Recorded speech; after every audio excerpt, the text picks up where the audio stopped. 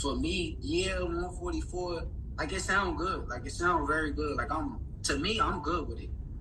But to them, they say yes. They say like to the public, yes, but you never really know. Like they know, like cutting all of that weight is probably a lot harder than it's being said to be. Yeah, I think.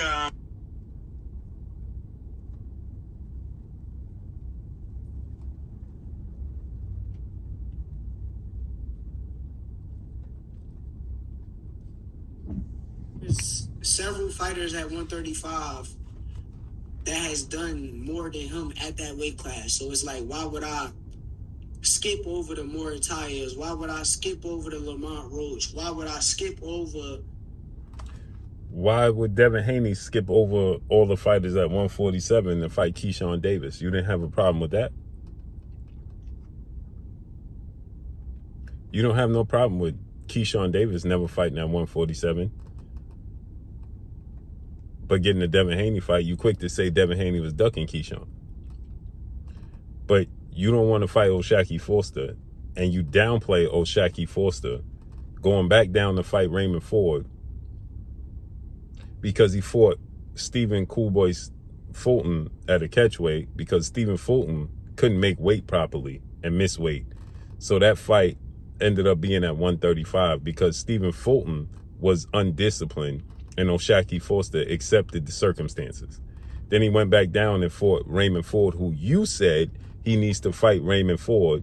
And if he fights and beats Raymond Ford, then I'll beat him. Trying to make it seem like O'Shaquie Foster is weight bullying at 130 and ducking the smoke at 135. He was never supposed to fight at 135 to begin with. He only wanted to go to 135, like you said, to fight you. Like you said, you only wanted to go to 47 and above to fight Conor Benn, right? So O'Shaquie Foster said he wanted to fight you. You said he needed to fight Raymond Ford. Let's keep listening. The Gary Antoine Russells. Why would I skip over? Why would you skip over Gary Antoine Russell? Gary Antoine Russell and Gary Russell Jr. both said that they reached out to you to make a fight, and your team said that it's not time.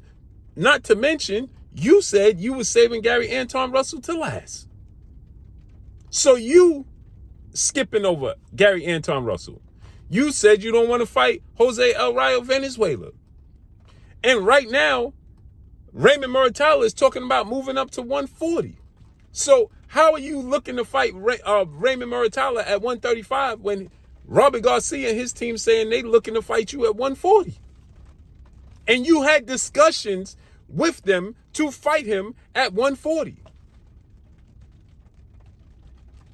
That's not 135. So why you keep trying to put out this false narrative that O'Shaquie Foster is somehow weight bullying by going back down, and you don't want to skip over the people at 135 to fight O'Shaquie Foster? All of these dudes for a guy that did not prove himself at 135 pounds. And why did he have to prove himself at 135 when that wasn't the deal? The deal was you said if he fight and beat Raymond Ford, that you was going to give him the opportunity. You got in the ring and you told him, oh, answer the phone. When we contact you, answer the phone. Now O'Shaquie Foster is available and you talking about you don't want to skip over people at 135, but you don't got no intention of fighting these dudes at 135? Let's keep going. Actually, if I recall correctly, Najee, he had the opportunity to fight for the WBC at 135. He should be in the position that Lamont Roach is in right now, right? Who cares about that? He go again, throwing more people at other fighters that want to fight him.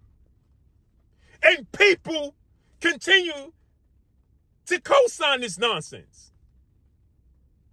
Now you telling me in the boxing world that O'Shaquie Foster needs to fight William Zepeda. Devin Haney needs to fight Jaron Ennis. I'm starting to think that you lied about the situation with Tank Davis. And I owe Tank Davis an apology. Because when Tank Davis said that he reached out, I'm starting to think that you lied. You said Tank Davis in my inbox, and I got the receipts. No, Tank Davis and his team never reached out. I don't know what to believe now. The only reason I still believe you is because Stephen Espinosa said y'all didn't get far in the negotiation. I'm starting to think that you might have lied about the Tank Davis situation, bro. This dude is diabolical. Yeah, that was a weird situation. I don't really know what happened with that. It was like, now you don't know what happened with that. Now he gonna act like Najee is trying to deflect. Shouts out to Najee and Cigar Talk. Najee, you my bro, you dropped the ball in this situation. You had the opportunity to counter him, and you didn't. it kind of went away. Like, there was a time where they put it in, like, he was like, I don't know if it was an interim. It was weird, though. It was weird. They talking about the sanctioned bodies. It don't go to the media as high when it's guys that's hate on me. So they get like free passes because a lot of the people are against. Ain't nobody giving no damn free passes. Stop lying, bro.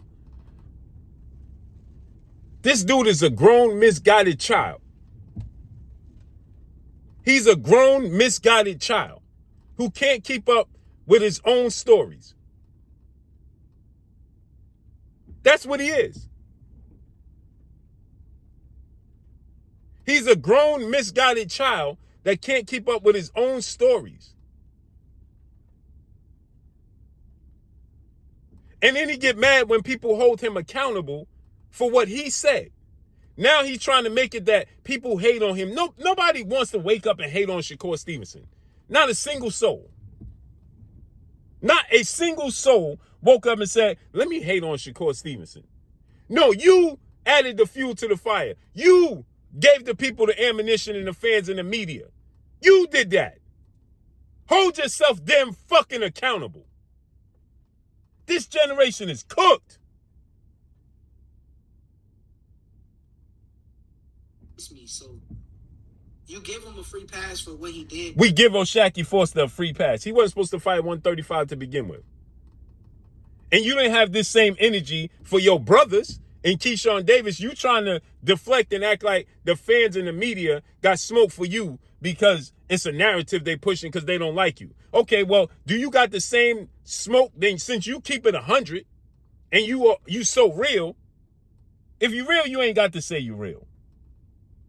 If you keep it 100, like you said, you ain't got to say you keep it 100.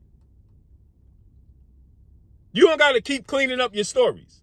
So if you keep it 100 all the way around the board with no narratives and no bias, then why you ain't got the same energy for Keyshawn, who said he woke up one day and was suddenly the WBO mandatory challenger and had no intentions to go to 147. He didn't even know he was going to 147.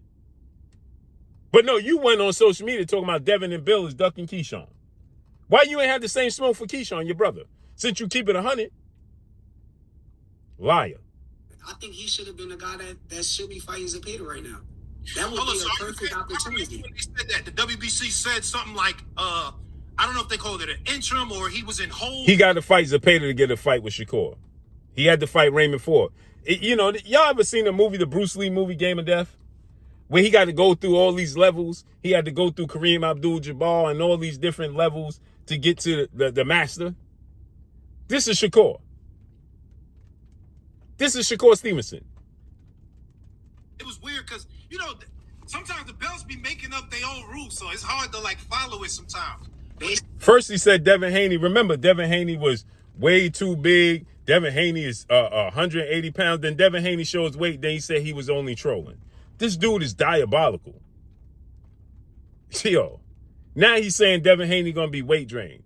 You was looking to fight a weight drained Devin Haney at 135 pounds and won it 50-50. Then now you said you'll fight Devin at 144 because you know he'll be weight drained at 144. You got no smoke for O'Shaquie Foster, but you got in the ring with O'Shaquie Foster and told him to answer the phone. You told the world that O'Shaquie Foster fight Raymond Ford, then you would fight him. Now you saying O'Shaquie Foster is a weight bully. Yo, but you ain't a weight bully then? Because you fight at 140. He was going to be the mandatory for the WBC. And you say you fight at 140 and telling the world you're a career 35-pounder. The mandatory position you trying to say? He left that position and went back down to 130 pounds and did the shit with Ray Savage. But what if I'm So he left 135. Oh, Shakur Foster wasn't supposed to fight at 135 with Stephen Fulton. It was supposed to be it was a catch weight because Stephen Fulton couldn't make the weight to begin. It was supposed to be at 130. And then it kept going up because Stephen Fulton was undisciplined and couldn't make the weight. He makes it seem like Shakur Foster was solely planning on going to 135. No, he did that because he wanted to fight you. He started talking about going to 35 because of your issues and your beef, and he wanted to fight you. He said he wanted to go the WBC route to fight you as the mentor. You ain't even got the belt no more. So why the hell he got to go the WBC route? Make that make sense. You got stripped of the belt. So why does Shakur Foster have to fight Williams Zepeda to fight you? Why do he got to go through another level to fight you? When you ain't even got the WBC belt. Make that make sense. And everybody defended you when the WBC stripped you. So why didn't you tell the people is they pushing a false narrative or hating on you then? Man, this dude is wicked, bro. saying is, would he would have lost that belt at 30 if he would have did that though. And he would have been champion at 35 right now in Rouge's position. But you don't even listen to this, bro. He will be the person fighting against Zepeda. Now, he was just asked in the same interview and another interview, what I thought that you was no longer acknowledging the WBC belt. And he said, no, I don't acknowledge the WBC belt. I'll never fight for the belt. I'll fight the guy who has the belt, but not for the belt. So what the hell difference does it make if Shakur Foster fights Williams Zepeda for the belt or not? Because you don't plan on acknowledging the belt to begin with, right? You see what I'm talking about? The more you let them talk, the more they tell on themselves. Not LeBron Rouge. Wait, hold up. Nah, because I don't think they gave him the belt. He would have to fight for the belt, though. He was going to be in the intern, the same place that Zepeda was at with me.